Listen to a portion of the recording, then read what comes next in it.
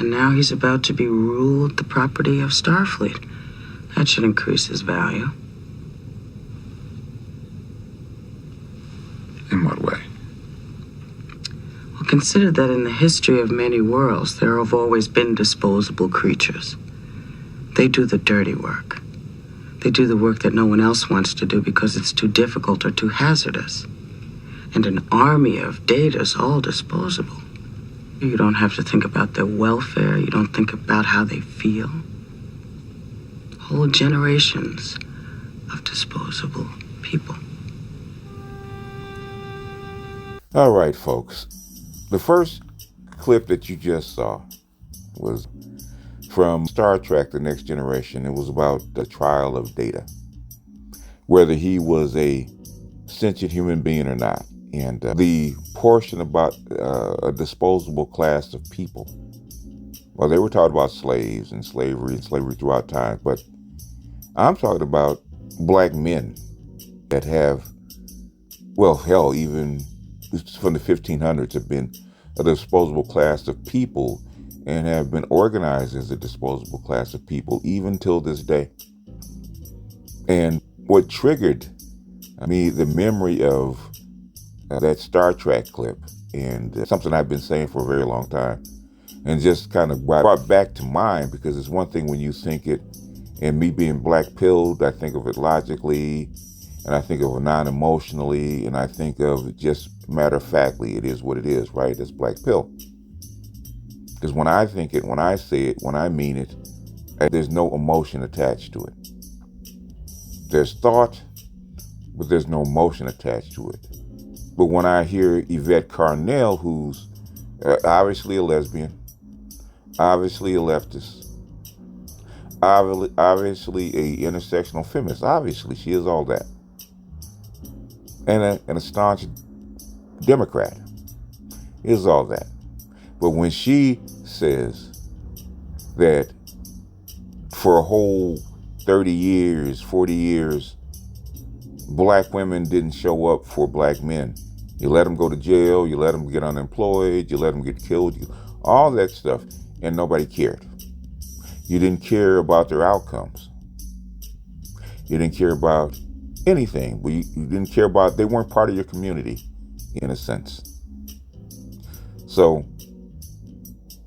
I'm going to show you 2 minutes of the clip. I'm probably going to react to the whole 30-minute video because I think it's worth reacting, because there's a lot of things that she dropped in it that I think I should address. I might not do it at the moment because I actually want to put this together because I want it to mean something. I want the meaning to resonate.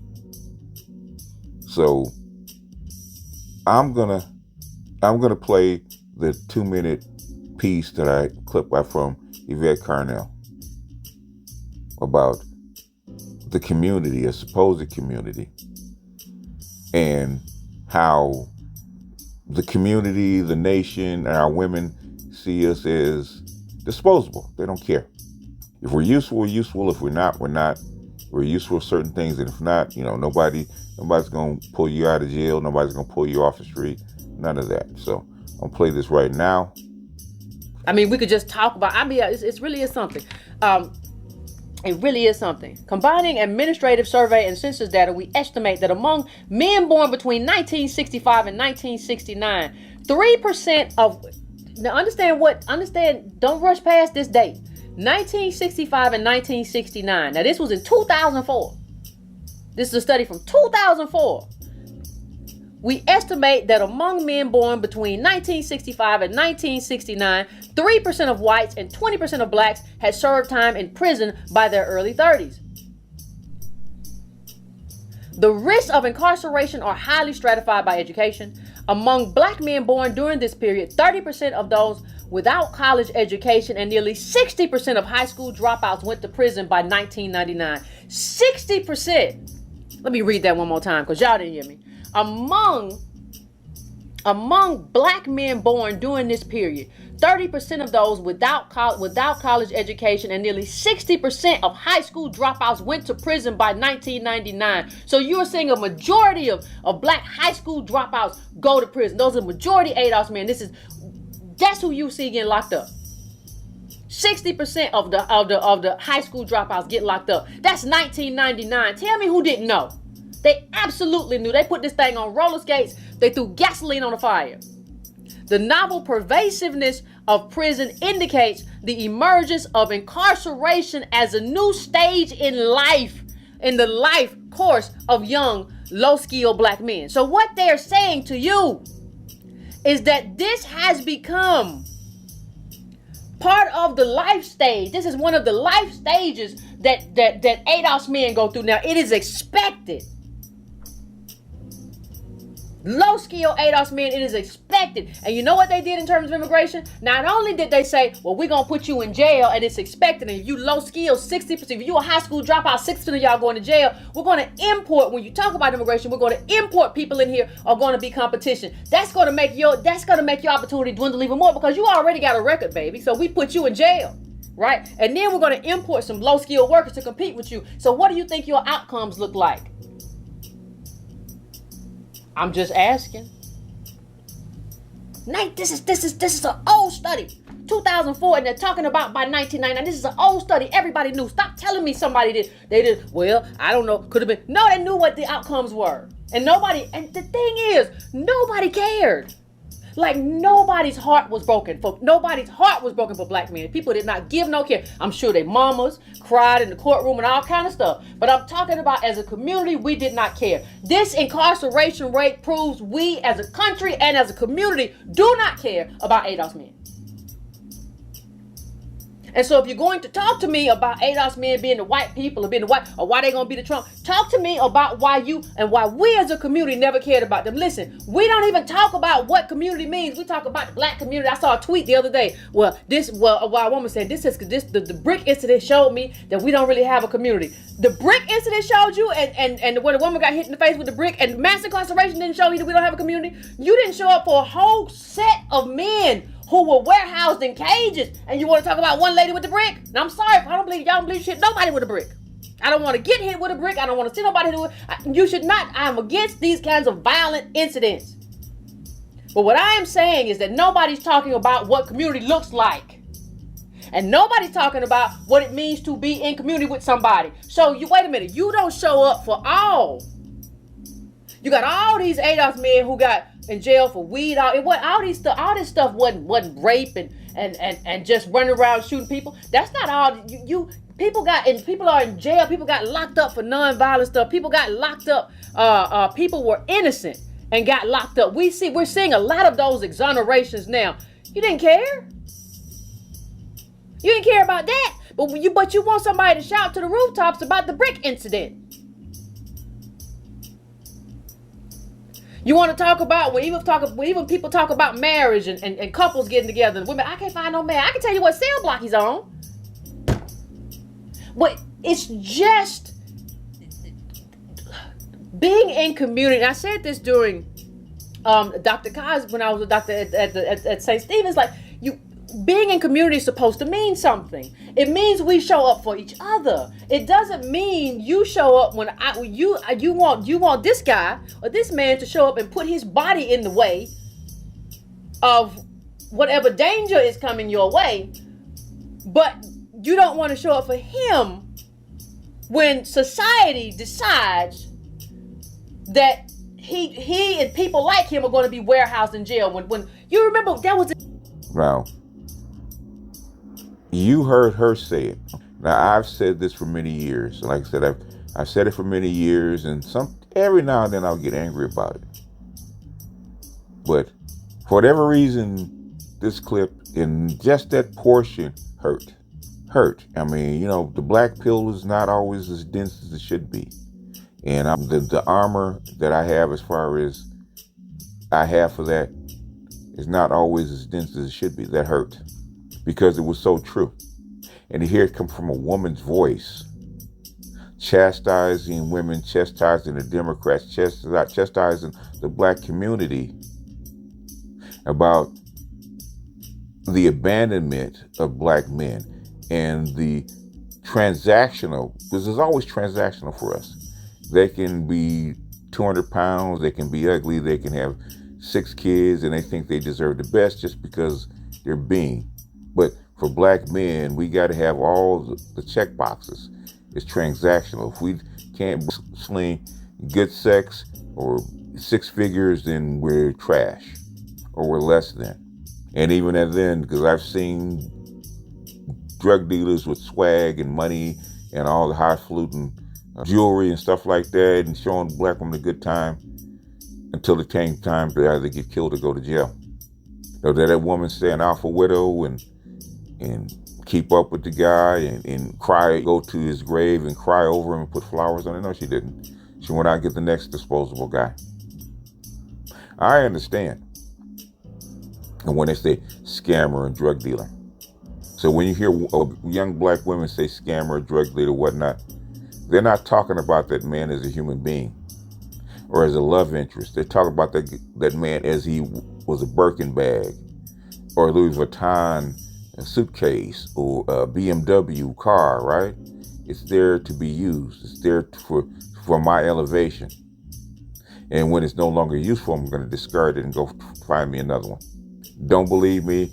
Check out Steve Harvey's wife. Do you ever hear her talk about her ex-husbands or shed a tear because her ex-husbands went to jail?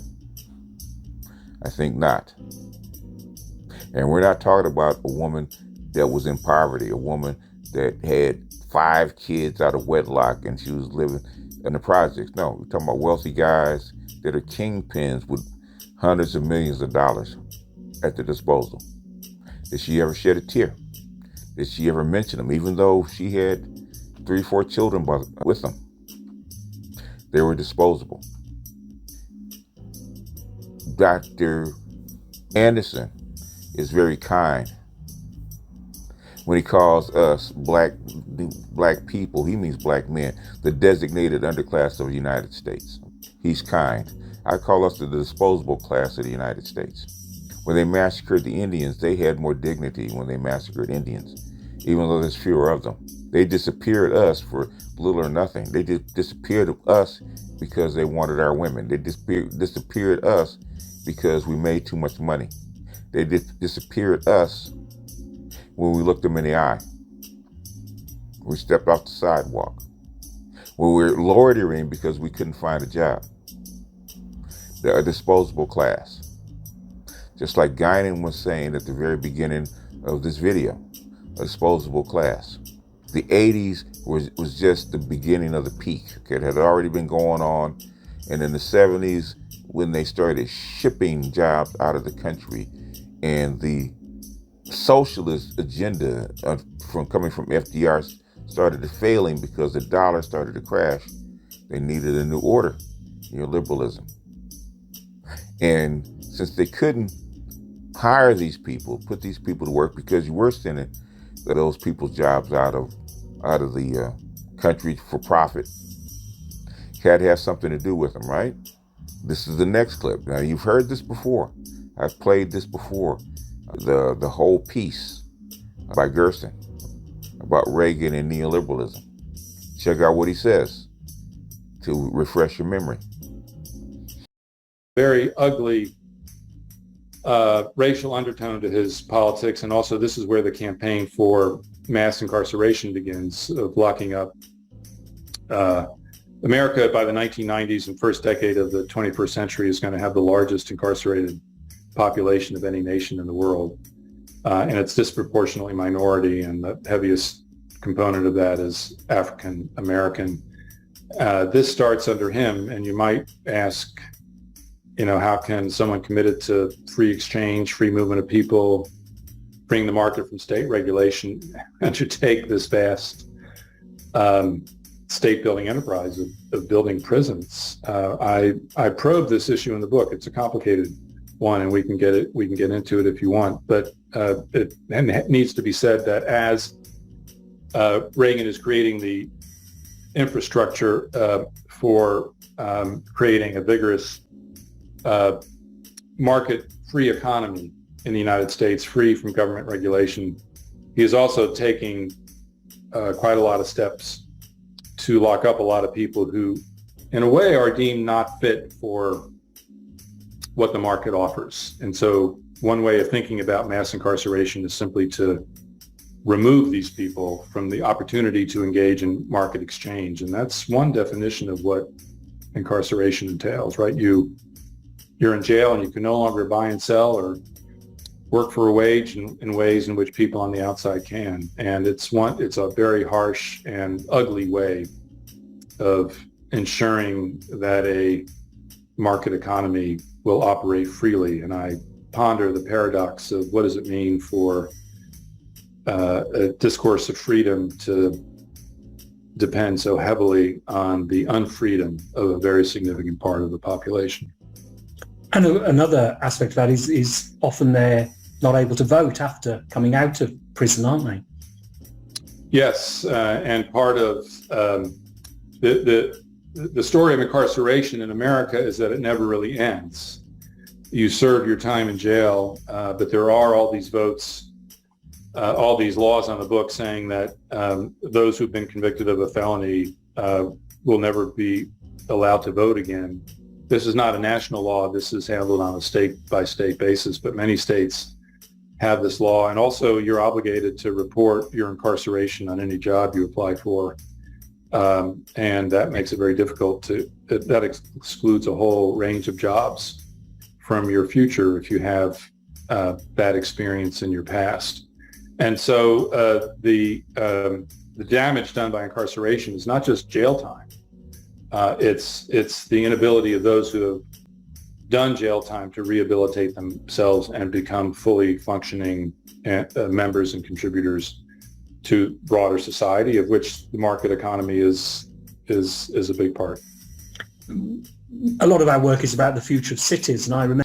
Now, we or they cut in and could not hire these people.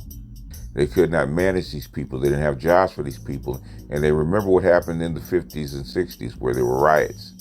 And they weren't going to allow that to happen. So what did they do? They wholesale shipped millions, hundreds of thousands, millions of black men off to god-awful places in middle America. In fact, in the clip that I didn't play, small towns were competing to build warehouses for these people. And when crack came in, basically, you wanted to fund certain things. I don't have to tell you about Iran-Contra. Everybody knows about Iran-Contra. And everybody knows about what happened there with the Sandinistas down in Nicaragua and the FARC in Colombia. Everybody knows about that. How do you fund that conflict? Do it with drugs. But you can't release it in a broader area, in a broader white community. Where do you dump it? You dump it amongst the people that are disposable. And the people that deal it and consume it are also disposable. And when they're all used up, where do you send them? And that's fine. But the thing is, I expect the broader society not to care. I expect that. But when your own women don't care, when your community doesn't care, and they prove that over and over again, it's in their rhetoric. The black boys, 10% of y'all, black boys are still are reading at grade level. As this society gets more complex, we give these boys less help and they're falling further and further behind. You're dooming them to a life of less than, a life of poverty. And guess what? You have black women in charge, you black girl magic, all that stuff. The women are in charge of the educational system. Guess what? It's one thing to be concerned about them in the classroom. You'll find, as long as you're doing your job, concerned about it, little Johnny sit over there, you might send a note home. The black manosphere should be flooded with female teachers, frustrated trying to get this across to their male students. Because they went to college, they know the advantage of getting a good education, they've studied education, they know that these kids won't make it. They know that these boys won't make it. They know these boys have to hit the streets. And it's not whether they can do anything or not. The thing is, they don't say anything. There should be hundreds of thousands of papers by individual females, mothers, high school teachers, middle school teachers, elementary teachers. Should be hundreds of thousands of papers just infiltrating these spaces so that we can actually start the dialogue about some meaningful change. You don't hear it. Not because it's not happening, not because it's not important. It's because our women don't care. Even when it comes to politics, trying to change policy, they think we're trying to change policy because we're evil to them, because we're mad at them, because we hate them. Everything is about them, self-centered. Why? Because at the end of the day, guess what? They don't care. They don't care. And that's what bothered me about that rant that Yvette Carnell was going in on. And I may later on do a reaction to the whole video. It's 30 minutes. I didn't want to spend a whole hour, hour and a half going through the video that she put up, even though it's important, and I still may do it. Not because that she's saying anything different, because she's not. Not that she's saying that about anything that we don't already know about, because this is ancient history. This is 40 years worth of history, sometimes 50 years worth of history. There's hundreds of papers that are out there that, other than the one that she showed. There's up-to-date papers. You're seeing it with Reeves and Chetty. Chetty put up a whole study about black men and black boys and their life chances. Whole study. And guess what? Nobody cares. All of a sudden, when it starts happening to the white boys, now it's to put on the brakes. White boys are lonely. Incels have an issue, and we need to find out what it is. Yada, yada, yada. But when it came to black boys and black men, nobody cares, especially our own women. Especially their own women. And when Yvette Carnell said it, a woman said it, even though I knew it to be true, I've heard it from different sources, but when she said it, and she said it passionately, and she meant it, because she wasn't talking to black men, she was talking to her kind. Women, liberal Democrats.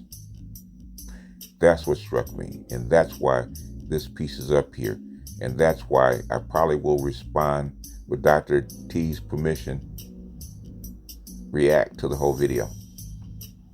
And that's why, even though I'm a moral pragmatist, and I am a black pill pragmatist, structural realist, sometimes it hit home. And when I remembered immediately what Guinan said about disposable people, I immediately thought back to the position that I've been in and many black men have been in. No matter how much you think that your folks love you, you're one paycheck away from being disposable, and you know it. Anyhow, with that, I'm going to jump off here. This is BG us out, and I'll see you guys on the next one. Peace.